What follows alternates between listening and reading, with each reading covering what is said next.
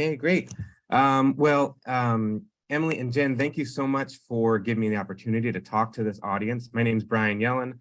I'm a research professor at University of Massachusetts, Amherst. And before I jump in, I want to say these talks have been really interesting. And I think this talk that you're about to see is in a really good place. Listening to Nelson's talk and looking at some of those slides really brought back a lot of memories from my PhD. A lot of the work I'm going to show today is from my PhD, which was focused heavily on Hurricane Irene. So 2011 big rainfall flooding event. And I want to start by looking at this aerial image of Ashokan Reservoir. What you're looking at, let me grab the pointer. Never mind. This is the west basin of Ashokan Reservoir. This is the Esopus River that runs into it. And this is what it looked like 5 or 6 weeks after Hurricane Irene. And what you can see is this where the water comes into the Ashokan Reservoir, the pretty much dominant source of water to New York City, something like 35–40% of the city's water. It looks like chocolate milk still 6 weeks after the flood. And the reason for that is not because it takes that long for the sediment to settle out of the water column. The reason is because sediment continues to come from the watershed, despite the fact that the flood is long since over. And so I'll be talking about this phenomenon of why watersheds tend to continue to shed sediment and have high erosion and turbid, low quality water long after the event. And what is the role of climate change in causing that? The main points I want to make today, and these are perfect timing right after Nelson's talk, is the impacts of climate change and the changes in precipitation. It's both the baseline and the extreme events that are having an impact, and they're additive. So the baseline conditions in the Northeast US are getting wetter, and there's a good chance that extreme precipitation is also changing at the same time. And those are acting in concert to make it critical that we adapt to climate change, because we're going to see big impacts from them. The second thing is stationarity is dead. Bob Dylan said it best. He said the times they are a-changing. We would also say the frequency distributions of extreme events are changing. And so Nelson kept talking about, oh yeah, we saw the third 1,000-year event or the 4,000-year event. Well, obviously our models are wrong. If we base our understanding of how frequent to expect a certain event on a past climate, moving forward into the future, we will be wrong. We're moving into a new climate regime, and I'll explain hopefully what that means in terms of erosion. And then the third thing I'd like to say is that this glacial landscape in the Northeast US is unique in that we have lots of material, lots of soil stacked up on the landscape. It's a very young landscape, and that soil is ready to be eroded into rivers. Not only that, but after a flood, the landscape remembers, it has some memory of these big floods. And so the fancy word for that in science is hysteresis. It means what's happening now is partly a product of what happened yesterday and the day before. And so those are the main points I'll get to. I do just want to tell you a little bit about myself. Namely, I grew up in New York City suburbs fishing the Kensico Reservoir, and I had a sort of strange obsession with the New York City reservoir system. I moved to Hawaii to be a high school teacher, and then most recently I'm a professor at UMass Amherst. But I have strong ties to the New York area, and so I was really excited sort of early in my career to get a chance to go back to the New York City reservoir system and the Catskills and Hudson River watershed. I've done a lot of work in the Hudson River watershed on tidal wetlands. I'm not going to talk about any of that today, but this photograph just shows me in Tivoli Marsh, sort of midway up the estuary with 2 students. And if anyone's interested in that work, feel free to email me or reach out. In addition to that, I do a lot of volunteer work with local watershed groups. I used to be president of the Deerfield River Watershed Association in Western Mass, and then recently started one even more local to me in Amherst, the Fort River Watershed Association. It's a very small group, all volunteer, but really excited about grassroots watershed work. In addition, before I jump into the talk, I wanted to just acknowledge the work I'm showing you was not done by myself. These are some of the colleagues whom I've been working with, and these are some of the places that have provided support for that work. So thank you to my colleagues and for the support. So this is where I'll be going. First, I'll talk about evidence for a wetter climate in the Northeast, and then get into some case studies of what impacts that means for erosion. I'll go through these first slides a little bit quickly because some of the previous speakers have already done a great job illustrating these ideas. So first off, if we think about the water cycle, in addition to precipitation, there's other aspects such as groundwater, soil moisture, and rivers that we'd be interested in. I'll move through each of these. First, looking at annual precipitation, this is a map showing individual weather stations with the symbols, and then the colors represent just sort of gridded trends. And the color bar corresponds to the trend line in whether it's been getting wetter, in blue, in millimeters per decade, how much that area has been getting wetter, or drier in red. Don't worry too much about the color bar. The big takeaway is most of the map is blue, most of the Northeast is getting wetter. Then looking at extreme events, another study here looked at 58 weather stations. They took the 1% precip event from each of those stations for each year. They averaged it, and they looked at how has that changed over time. And they saw that the extreme event, or the average extreme event across 58 stations, has been increasing over the last 30 or so years. Here is, I'm going to present a lot of things in metric because I'm a scientist, but here's the 2-inch line just to give you some reference. So the 1% thing used to be back just in 1980, below 2 inches, and now it's well above 2 inches. And so this sort of highlights it's not a slow process. It's happening fast. We are living through climate change. People are seeing it happen right now. So moving from precip down into the ground, I would argue that precip probably has the furthest removed effect directly on us. Nobody gets killed by getting hit on the head with a raindrop. Rather, how it impacts the landscape through groundwater and rivers and soil moisture is probably more impactful. So here is a network of USGS climate response wells. These are wells that don't have direct impacts from water withdrawals. The color and the direction of the arrow indicates whether groundwater has been rising or falling in that location since 1964. And what you can see throughout most of the Northeast, in addition to getting more rain, we're also seeing rising groundwater levels. And this has two big impacts that I can think of. One, we're going to see more frequent nuisance flooding in people's basements. Water coming up into people's basements. They've been living in the house for 30 years. The house has been there for 80 years. It's never flooded before. All of a sudden, they need a sump pump. Another thing that we'll see is the majority of our rivers are base flow dominated. That means they get their water from groundwater. If groundwater is rising, we're going to see generally higher discharge levels in our rivers.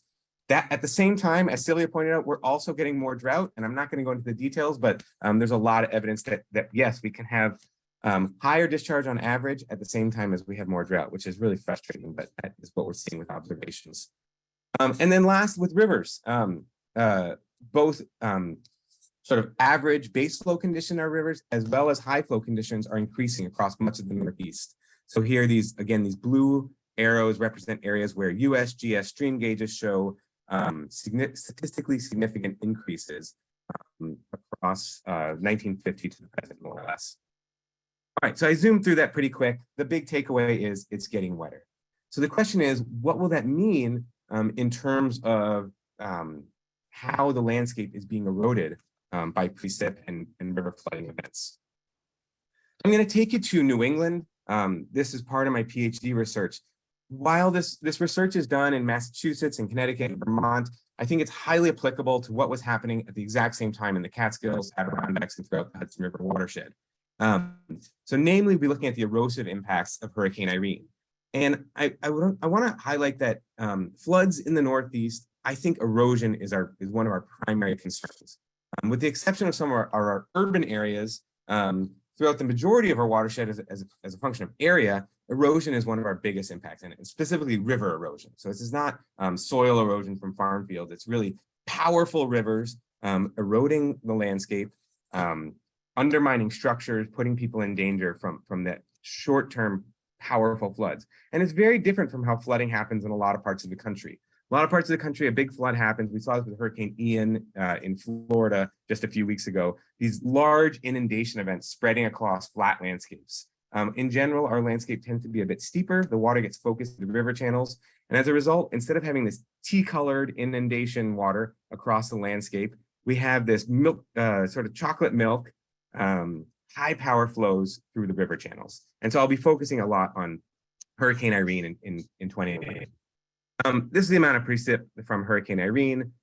Nelson showed a few different figures. Depending on how you interpolate the data, it differs a little bit. The big takeaway is Irene was about a 1 in 100-year event from the precip that was delivered during Irene. So from a precipitation standpoint, 1 in 100-year event. And we could make the argument that maybe it's a more frequent event, so a 1 in 50-year event in a new climate regime, but it's really difficult to characterize changes in these really extreme precipitation. It's so infrequent that characterizing the statistical distribution of these infrequent events, really 1 or 2 events can completely change the result you get. So let's just call it a 1 in 100-year event. I would still argue that even if climate change is not changing the frequency of these really juicy big storms, the impacts of them on our landscape is changing because it's in general getting wetter across the Northeast. And I'll show you how in a minute. So here's the impacts of this quote unquote 1 in 100-year event. It dropped about 7 or 8 inches of rain across this area of central Vermont. This is in right near Killington Mountain. Menden Brook runs through the middle of this picture. Menden Brook today, you could jump across it without getting your feet wet. 360 days a year, you could get across it without getting your ankles wet. Really teeny little stream. So how do we explain that this stream completely obliterated this valley? It has completely excavated all this soil that's been sitting there since it was emplaced by glaciers some 15,000 years ago. And the argument I'll make is that it wasn't just the rainfall, which wasn't really that superlative. What it was how wet the landscape was leading up to it. And because the landscape was wet, the runoff was super high, right? So the amount of rain that got converted into stream flow was really high. And secondly, the soils were soft. If anyone's ever sort of gone walking through the yard in the spring, you'll know wet soils are soft and they're easier to have landslides and mass slope failure and erosion into streams. To highlight just how unique Irene was from a sediment perspective, what I'm showing you here is the results from downstream on the Connecticut River. The x-axis is stream flow in meters cubed per second, and the y-axis is how much sediment is coming down the river. Each of these green dots represents a day when the U.S. Geological Survey went and collected a sample sometime over the last 50 years, and they're plotting the amount of sediment coming down the river versus the amount of discharge that day. And you can see it follows a nice, predictable relationship. Predictable, except that we're no longer in a stable climate. Because look at the 3 days of Hurricane Irene. They're completely off the relationship. Now I'm showing you all the data with the green dots. And the yellow dots are the 3 most recent data after Irene. And you can see the amount of sediment coming down the river was more than 10 times what we would expect based on the relatively moderate high discharge. The discharge was high, but it was not unprecedented. The amount of sediment coming down the river was truly unprecedented. That said, it was unprecedented based on a short observational record. And so today I'm going to use sediment cores to extend our observations. And really, the amount of time we've been grabbing water samples to evaluate how much sediment is coming down our rivers, how much erosion is happening from our landscape is relatively short. And so we'll use sediment cores to extend that record. So after Hurricane Irene, I went to a bunch of off-channel water bodies, sort of meander cutoffs, coves off the main body of the Connecticut River. And so we're down here at the mouth of the Connecticut River, this red box. And each of these yellow dots represents locations where I went to get sediment cores. This one in particular is Keeney Cove. And what we saw there was characteristic of everywhere we went, this sort of bright gray clay interspersed between the background organic rich mud with more organic rich mud on top. This was about 6 months after Irene. So this is what the Irene layer looked like. When we looked at it chemically, it was really enriched in potassium. And we think that this potassium is coming from glacial clays. So glacial clays that are stored both in the glacial till, which is smeared underneath the ice sheet, as well as in glacial lakes. So as the landscape was draining as the landscape was deglaciating, the glacier was melting away, there were lots of ephemeral glacial lakes. There was Glacial Lake Albany, which filled the Hudson River watershed, Glacial Lake Champlain up in Vermont, and Glacial Lake Hitchcock in Western New England. Lots of sediment was deposited in these glacial lakes and is today being excavated by extreme events. So we saw this potassium signature, and then when we collected a long core going all the way back to the beginning of Keeney Cove, looking at 300 years of deposition, we see here is Irene at the top. It's this dramatic outlier in terms of the amount of glacial material, amount of glacial clays, stuff that's been otherwise just sort of sitting on the landscape. This was the event that eroded it. Now, one thing we wondered was, okay, was Hurricane Irene really superfluous, or was it really what's the word I'm looking for? Superlative, or was it just sort of, there's been so many changes downstream on the Connecticut River. There's flood control, there's land use changes, there's all sorts of changes. So we went to an upland watershed where we wouldn't be subject to those same factors. So we went up to central Vermont here in a lake called Amherst Lake, coincidentally, and I'm at UMass Amherst. This is the watershed of Amherst Lake. It's a steep mountain watershed in the Green Mountains. And this is the Black River, and it runs into Amherst Lake. It runs through a series of lakes in Plymouth and Ludlow, Vermont. And we collected a series of cores, and I'll show you data from this core right here. So the water comes in this end of the lake at the north end, goes out the south end of the lake, and I'll show you what the sediment core looked like from that southern end of the lake. So here's a photograph of the sediment core, and you can see this bright clay layer at the top from Hurricane Irene. These blue bars represent the peak annual discharge, or the peak annual stream flow of the closest USGS gauge river, which is the White River. And you can see the flood event of record is this 1927 storm. Irene was sort of just behind it as a 100-year storm, 1927, maybe more like a 500-year storm. So again, Irene, a big precip event, but really superlative in terms of the amount of sediment that it delivered to Amherst Lake. The way we date this is with, I won't go into the dating. And here's what the glacial clay enrichment looks like in that sediment core. You can see a small signal from 1927, another signal likely from Connie or Diane, which Nelson mentioned, another hurricane that came through the region. And then here's Irene, completely obliterates the previous events in terms of the magnitude of erosion, magnitudes of this glacial material that's been sitting there for 15,000 years. And Irene was the event that mobilized it. I would say Irene, although it was unique, I don't think it will be as unique moving forward. And here's what the grain size, I won't go into the grain size. Let's just leave it at that. Irene was really superlative in terms of the amount of erosion caused. So the question is why? Well, I already mentioned it was about a 100-year precip event. Here's the amount of precip that fell during the 1927 flood in Vermont, really a big event in Vermont, in people's psyche, and it had major impacts on the sort of the subsequent development of the state. And here's Irene. And you can see in general, Irene was a little bit less precip than 1927, consistent with the discharge we saw from the White River. There was slightly less rain, slightly less water coming down the rivers. So maybe you say, oh, maybe it was the intensity of precipitation. Maybe really intense precipitation was responsible for the erosivity. And here I plotted the amount of precipitation in millimeters per hour versus duration averaged across a few stations in central Vermont. And you can see that in general, Irene was slightly higher, but really was comparable with 1927. So it wasn't the amount of precipitation, it wasn't the intensity of precipitation, it wasn't the stream flow. Rather, what was unique about Irene was how much rain fell prior to the event. So on the x-axis here is how much rain fell during major rainfall events in Vermont and Western New England, some of the biggest events, and how much rain fell in the previous 30 days. So that's called the antecedent precipitation. And what you can see is that Irene was a big event in terms of the event precipitation. It was about a 100-year storm. But in terms of the antecedent precipitation, it was really fell on the tails of just a really wet summer. So it fell in about the 95th percentile in terms of antecedent precipitation, as well as in terms of antecedent soil moisture. And I want to make a plug that if we can get more soil moisture data, that would be awesome. When you combine the likelihood of getting 1 in a 100-year event with having 95th percentile antecedent moisture, it becomes about a 1 in 4,000 year event. But we don't know the probabilities of this 100-year storm, and we don't know the probabilities of this antecedent precipitation because they're changing due to climate change.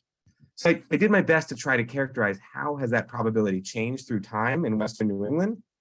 And I would imagine it would be the same for the Hudson River Valley. We have really similar hydroclimate. And so here what you're looking at is a time series going from 1920 through the present of the likelihood of having had Irene equivalent precipitation, so 17.5 centimeters of rain in the previous month. And what you can see is back in the beginning of the last century, you had about a 2% chance on any given day of having had a lot of rain in the previous 30 days. That has increased to about an 8% chance. And this was as of 2015. So this may have changed even more since then. And so what I'm trying to say is that when we do get these juicy tropical events that Nelson was talking about, our chance of having really devastating erosion, really devastating impacts on our infrastructure from those events has increased fourfold. And all the modeling suggests that it's going to increase more into the future. All right, so part one done. The reason we're getting more erosive events is partly because we're having more extreme events, maybe, but more importantly, that our extreme events, when they do occur, they're falling on a wetter landscape that's more prime to have extreme flooding and extreme erosion. So I'm next going to go into the persistence of erosive events. And now we're going to move to a local watershed. We're moving into the Hudson River watershed. This is the Esopus watershed upstream of Ashokan Reservoir. Again, about 35% of New York City's water comes from the Ashokan, so really important system to understand. And also illustrative of what's happening across the upland region of the Hudson River watershed. I'll just jump right into it. What I want to make the case is that after extreme events, it takes a while for sediment to come down. And the way you'll show that is plotting stream flow here on the x-axis, turbidity on the y-axis, which is really pretty much the same as suspended sediment concentration or how much sediment's coming down the river. And the blue dots correspond to the relationship between stream flow and turbidity before a major event, and the red dots are after a major event. The solid line is the relationship before, and the dashed line is after. And what you can see is after this 1996 rain on snow flood, the line shifted upwards. And if you remember back to 8th grade algebra, when you get a shift upwards, that means the y-intercept here, where it's crossing this y-axis, has moved upward. Again, after Hurricane Irene, the blue dots represent turbidity before Irene, the red dots after Irene. And what you can see is that at any given discharge following Hurricane Irene, you're getting a lot more sediment coming down Esopus Creek. And so the reason why this matters is we can use the shift in this y-intercept to look at how long does it take the system to recover. So here we're looking at a time series of this relationship between discharge, which is Q, and turbidity, which is TN, which is turbidity. Don't worry about the math. Don't worry too much about the line. The line is just showing you how that y-intercept has changed over time. Every time it's shifted upwards in response to a big flood. And so in brown, I've highlighted these brown dashed lines highlight the major floods. And what you can see is that after each major flood, there's this sort of relaxation period. And it takes about 2 to 3 years for the watershed to stop yielding excess sediment. And it takes 2 to 3 years for that y-intercept to come back down to the pre-flood conditions.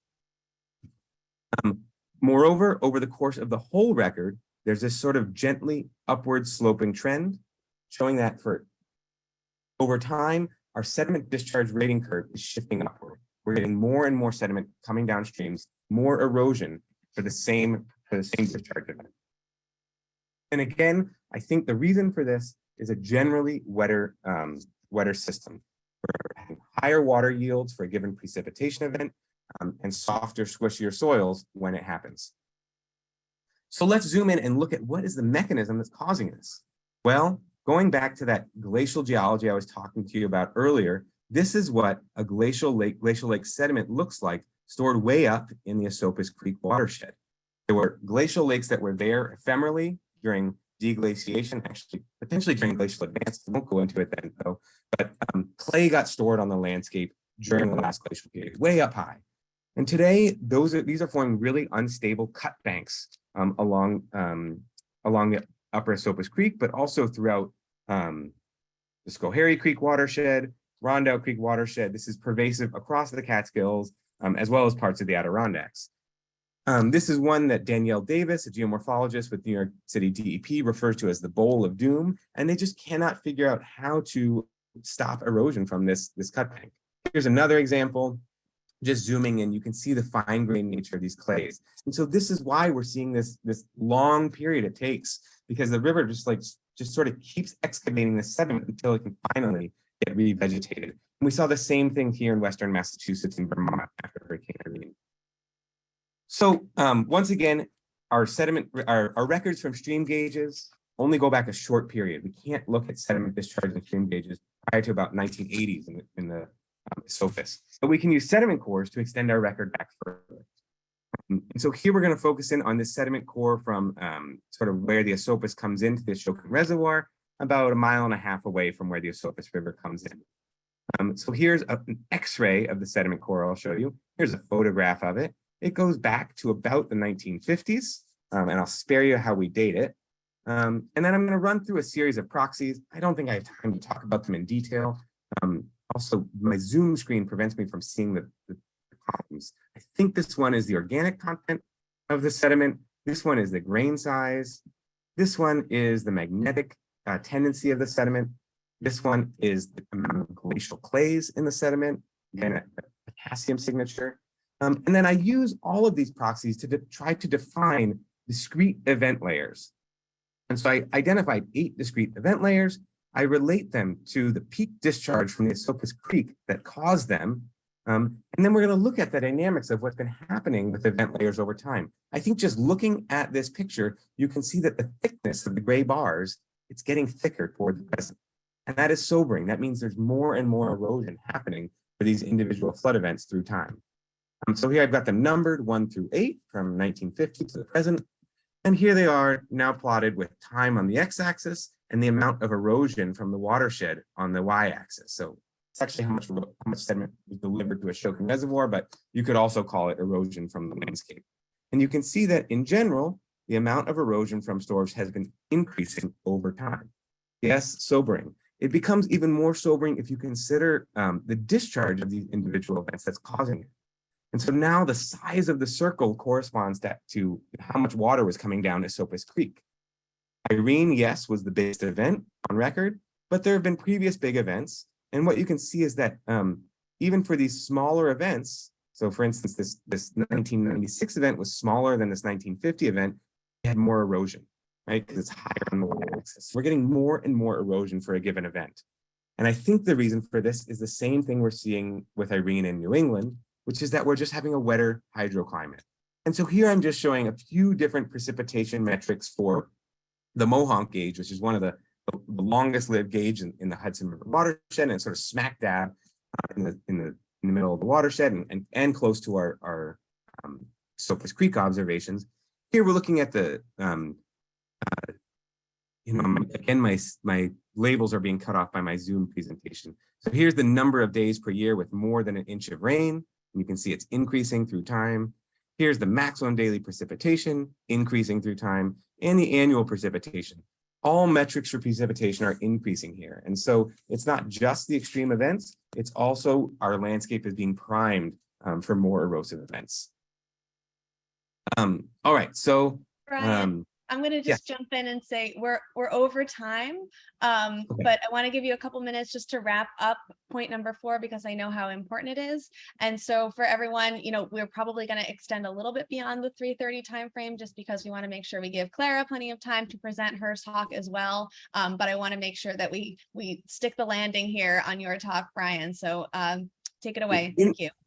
In that case, I don't want to cut into Clara's time. I'll just say that we looked at how long it took for sediment to get cleared out of the Hudson River estuary using the National Estuarine Research Reserve water quality stations. I just want to highlight this last plot. I'm not going to talk about these things in detail. I just want to say in this little plot, we looked at the ratio of how much sediment was coming down the Hudson River in the Hudson River estuary in the years prior to and following Irene. We looked at the ratio of how much sediment was coming down the river relative to what we would expect based on the discharge. So again, that sediment discharge relationship. And we saw elevated amounts of sediment coming down for about 2 years, coming down in the Hudson River estuary, and then it relaxed to pre-Irene conditions. So how long did it take to recover? About 2 years for the broader estuary, but I think longer some of the headwater streams. So the conclusions are the same thing as the main points, and I'll end there. If there's time for questions, I'd love to answer them, but I don't want to cut in further if there's time.